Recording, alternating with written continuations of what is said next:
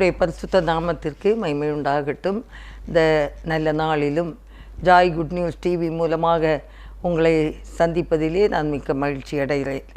உங்களை இந்த உயிர் மீட்சி நேரம் வழியாக சந்தித்து இந்த செய்தியை கொடுக்கும்படியாக தந்த வாய்ப்புக்காக கர்த்தரை நான் ஸ்தோத்திரிக்கிறேன். நீங்கள் ஊழியங்களுக்காக பாரத்தோடு ஜெபித்து தாங்கும்படி உங்களை நான் அன்போடு கேட்டுக்கொள்கிறேன். இந்த நேரத்தில் நாம் சற்று நேரம் தியானிக்கும்படியாக நான் எடுத்துக்கொண்ட வேத வாக்கியம் பிலிப்பியர் 4ஆம் அதிகாரம் 1ஆம் வசனம்.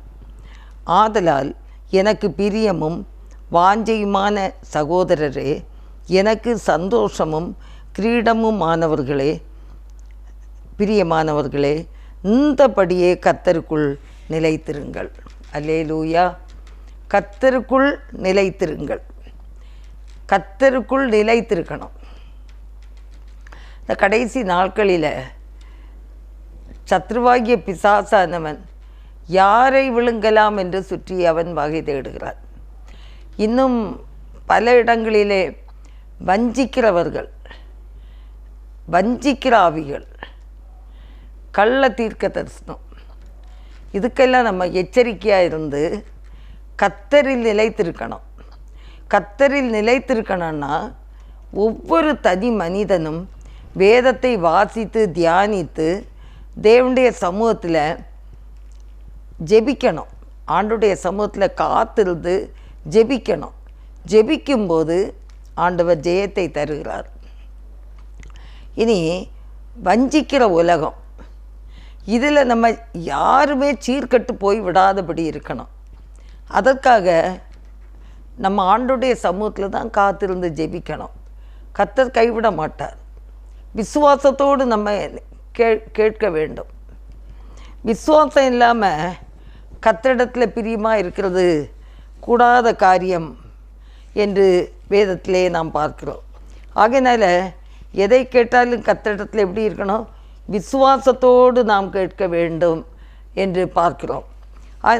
விசுவாசத்தோடு கேட்டு நம்ம அவரிலே நிலைத்திருக்க வேண்டும். ஆண்டவரிடத்தில் நிலைத்திருக்கிறவன் எவ்வளவாயிலும் சந்தேகப்படாமல் விசுவாசத்தோடே கேட்க கடவன். சந்தேகப்படுகிறவன் காற்றினால் அடிபட்டு அலைகிற கடலின் அலைக்கு ஒப்பாயிருக்கிறான். அப்படிப்பட்ட மனுஷன் தான் கர்த்தரிடத்தில் எதையாகிலும் பெறலாம் என்று நினையாதிருப்பானாக. அல்லேலூயா. யாக்கோபு 1ஆம் அதிகாரத்தில் நான் வாசித்தேன். அன்பானுள்ளே, எதையாகிலும் பெற்றுக்கொள்ளலாம் என்றால் விசுவாசத்தோடு கேட்க வேண்டும். அப்போது பெற்றுக்கொள்ள முடியும். கர்த்தரிலே நிலைத்திருக்கிற பிள்ளைகள் விசுவாசத்தில் உறுதியாக இருக்க வேண்டும். கர்த்தரிடத்தில் உறுதியாக இருக்க வேண்டும். ஆண்டவர் சொல்வதும் அப்படிதான்.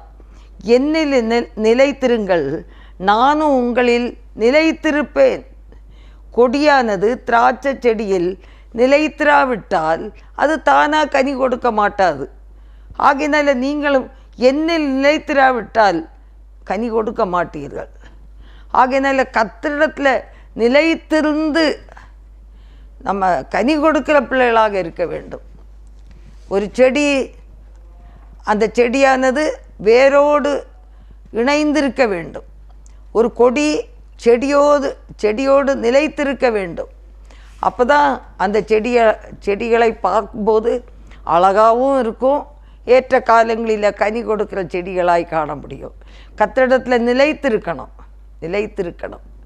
நிலைத்திருக்கிறேன் என்று சொல்லுகிற பிள்ளைகள் விசுவாசத்தோடு கர்த்தரிடத்தில் பற்றுதலாக இருக்க வேண்டும். யோபு சொல்லுகிறார், யோபு 23ஆம் அதிகாரம் 11ஆம் வசனத்தில், என் கால்கள் அவர் அடிகளை பற்றி பிடித்தது, அவருடைய நெறியை விட்டு நான் சாயாமல் அதை கை கொண்டேன். அன்பானவர்களே, அந்த யோபு பக்தருடைய அந்த வேதனையான சூழ்நிலைகளிலே நம்மனா எப்படி நிலை நிற்போன்னு தெரியல.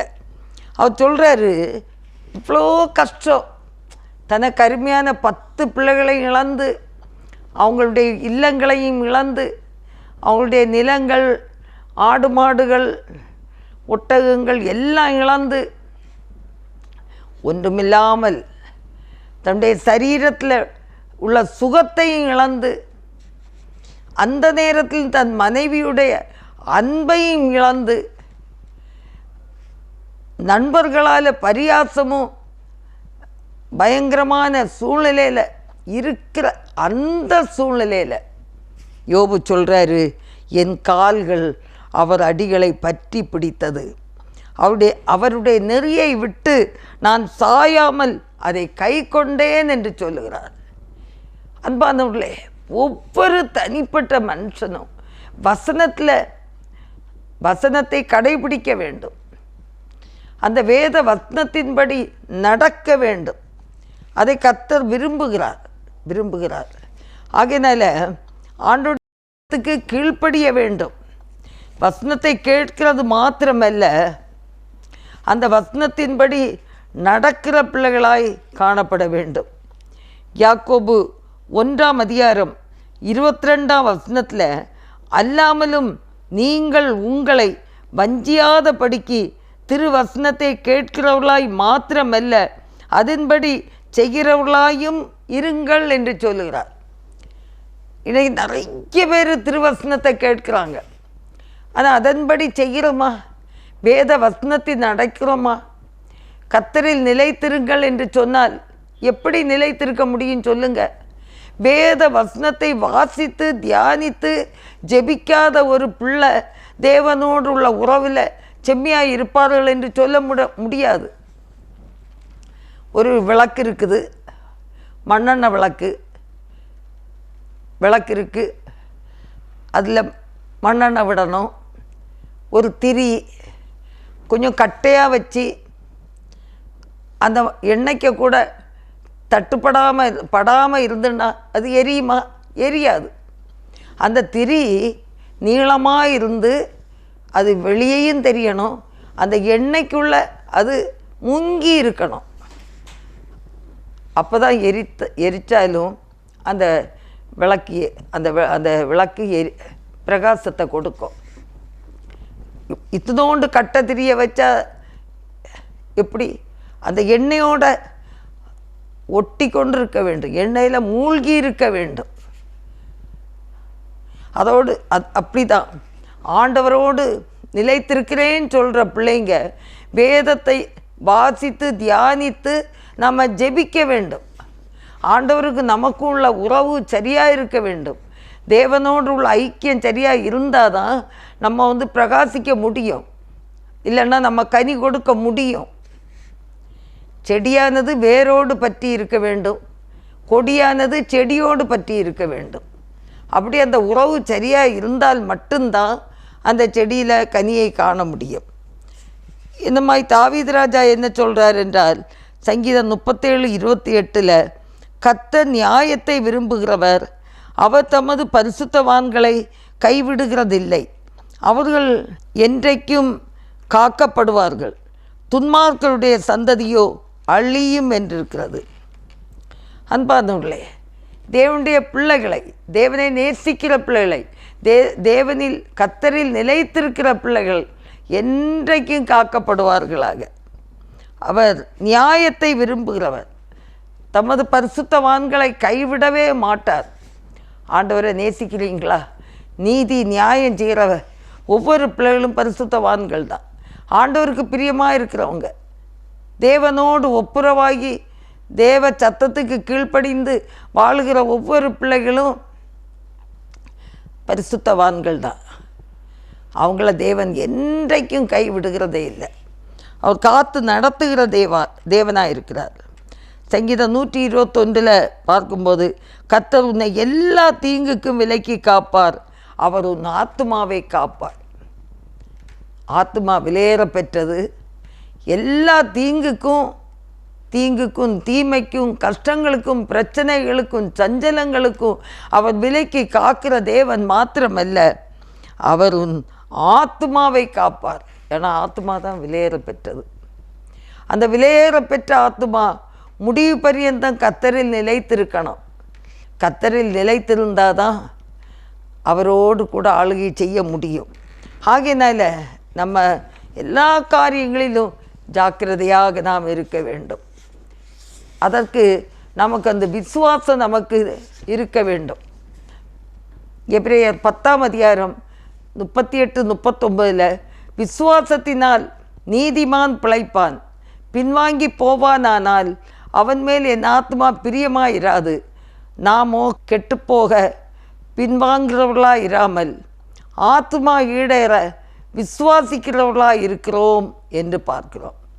அன்பானவர்களே, ஆண்டவரோடுள்ள பற்றுறுதி, ஆண்டவரை விசுவாசிக்க வேண்டும், கர்த்தரில் பிரியமாயிருக்க வேண்டும். விசுவாசத்தினால் நீதிமான் பிழைப்பான் என்று சொல்லி பார்க்கிறோம். அன்பானவர்களே, அந்த சந்தேகம், அந்த பயம், இதெல்லாம் நம்மை விட்டு நீங்கி போகணும், நம்ம இருதயத்தை விட்டு நீங்கி போகணும். விசுவாசிக்கிறவன் பதறவே மாட்டார். ஆண்டவரை விசுவாசிக்கிற பிள்ளைங்க பதற மாட்டாங்க. என்ன நடந்தாலும் எது நடந்தாலும் அப்பாவை ஸ்தோத்திரிப்பேன் என்று பக்தர் பாடுறார்.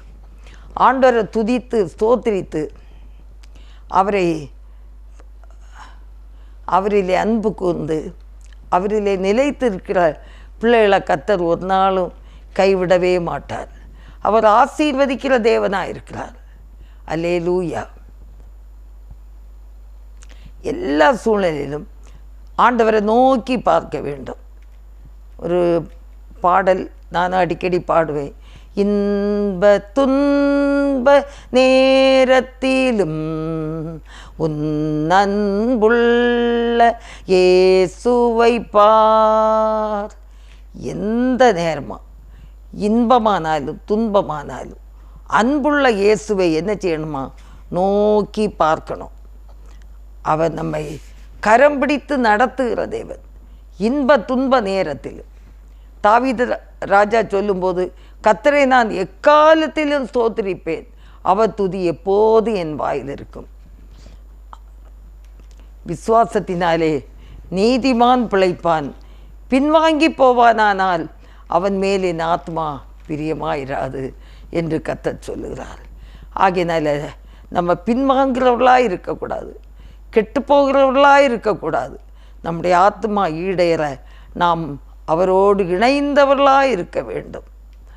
யோவான் எழுதின சுவிசேஷம் 8ஆம் அதிகாரம் 31ஆம் வசனத்தில் பார்க்கும்போது, இயேசு தம்மை விசுவாசித்த யூதர்களை நோக்கி, நீங்கள் என் உபதேசத்தில் நிலைத்திருந்தால் மெய்யாகவே என் சீற்றராயிருப்பீர்கள். அன்பானவர்களே, கர்த்தரோடு நிலைத்திருக்கிற பிள்ளைகள் அவங்க கனி கொடுக்க முடியும், அவங்க எரிந்து பிரகாசிக்க முடியும். இங்கே பார்க்கும்போது நிலைத்திருந்தால் என் சீற்றராயிருப்பீர்கள் என்று சொல்லி கர்த்தருக்கு சீற்றராய் இருக்க முடியும்.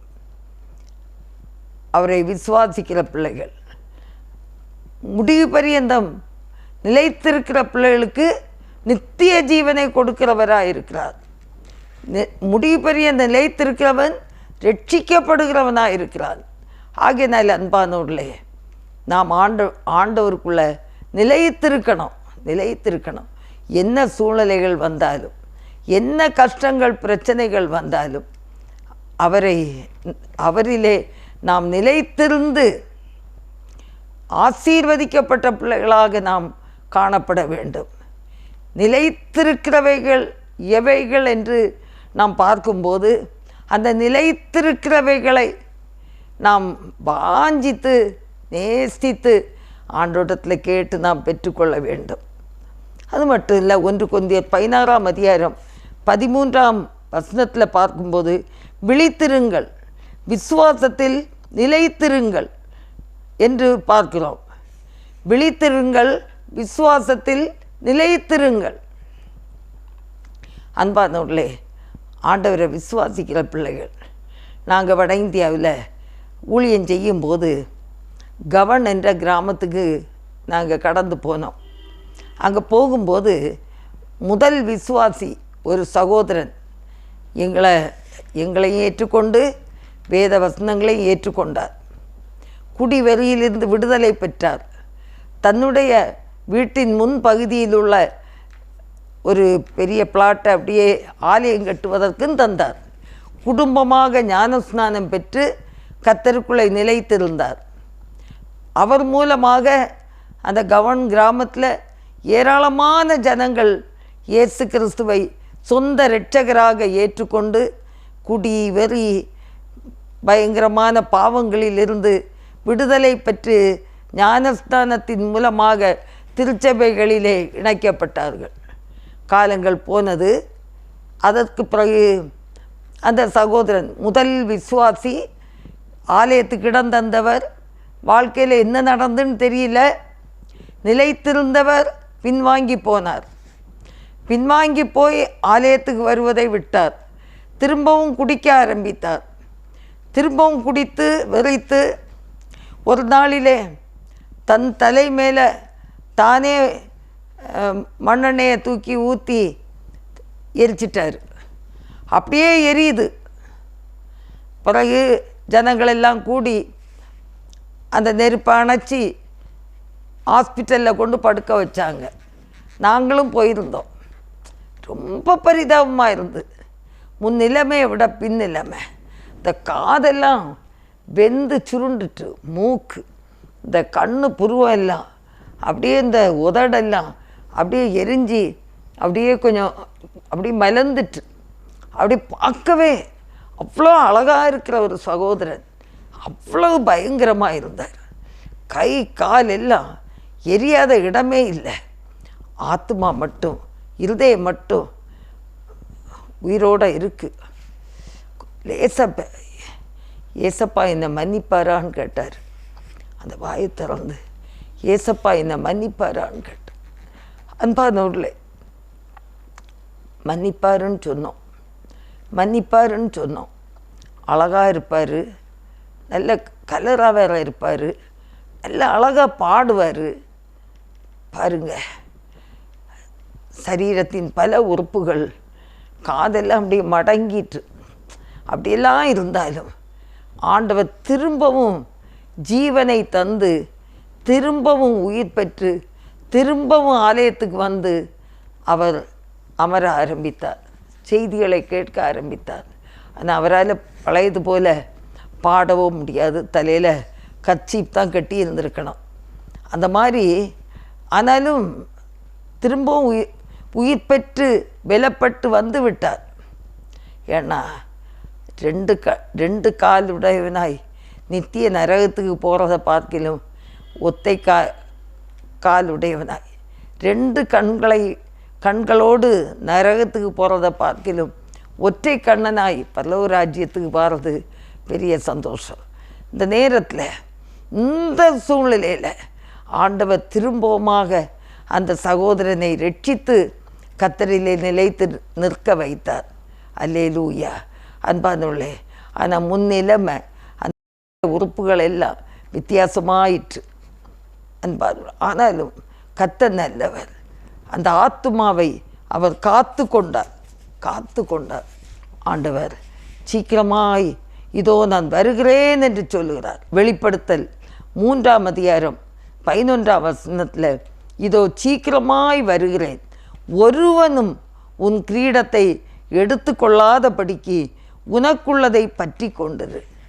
அன்பாதவர்களே, ஆண்டவரிலே நிலைத்திருந்து, ஆண்டுடைய வசனத்தில் நிலைத்திருந்து, நமக்கென்று நியமிக்கப்பட்ட அந்த கிரீடத்தை நாம் இழந்து விடக்கூடாது. நமக்கென்று ஆயத்தமாக்கப்பட்ட அந்த கிரீடத்தை நாம் பெற்றுக்கொள்ளும் வரை முடிவு பரியந்தம் கர்த்தரில் நிலைத்திருந்து அந்த ரட்சிப்பை காத்து கொள்ள வேண்டும். நித்திய ஜீவனுக்குள்ளே நாம் கடந்து செல்ல வேண்டும். வெளிப்படுத்தல் 3:5 சொல்லப்படுகிறது, ஜெயங்கொள்ளுகிறவன் எவனோ அவனுக்கு வெண் வஸ்திரம் தரிப்பிக்கப்படும் என்று சொல்லி பார்க்கிறோம். அன்பானவர்களே, ஒவ்வொரு காரியங்களிலும் நாம் ஜெயம் எடுத்துக்கொள்ள வேண்டும். ஒவ்வொரு காரியங்கள், உலக காரியங்களிலே, உலக இச்சைகளிலே நாம் விடுவிக்கப்பட்டு கர்த்தரோடு இணைந்து நம்ம வாழ வேண்டும். இச்சைகளுக்கு கொஞ்சம் இடம் கொடுத்தோன்னா அந்த இச்சிக்கப்பட்டு இச்சித்து கடைசியில் அது பாவத்தை பிறப்பித்து மரணத்தை உண்டாக்கும். ஆகையினால இச்சைக்கு இடம் கொடுக்காதபடி, இச்சை கர்ப்பந்தரித்து பாவத்தை பிறப்பிக்கிறது. அந்த பாவம் செய்து செய்து மரணத்துக்குள்ளால் செல்லுகிறோம். ஆகையினால இந்த கடைசி நாட்களில் ஜெயங்கொள்ளுகிறவனுக்கு பாவத்தின் மேல் இச்சைகளின் மேல் நம்ம ஜெயத்தை பெற்றுக்கொண்டு நமக்கென்று நியமிக்கப்பட்ட அந்த வெண் வஸ்திரத்தை நாம் தரித்து கொள்ளத்தக்கதாக, நித்திய ஜீவனை பற்றி கொள்ளத்தக்கதாக, ரட்சிப்பை முடிவு பரியந்தம் காத்து கொள்ளத்தக்கதாக தேவ சமூகத்தில் வேத வசனங்களை வாசித்து தியானித்து தேவனோடு உள்ள ஐக்கியத்தில் கொஞ்சமும் நம்ம பின்வாங்கி போகாதபடி இருக்க வேண்டும்.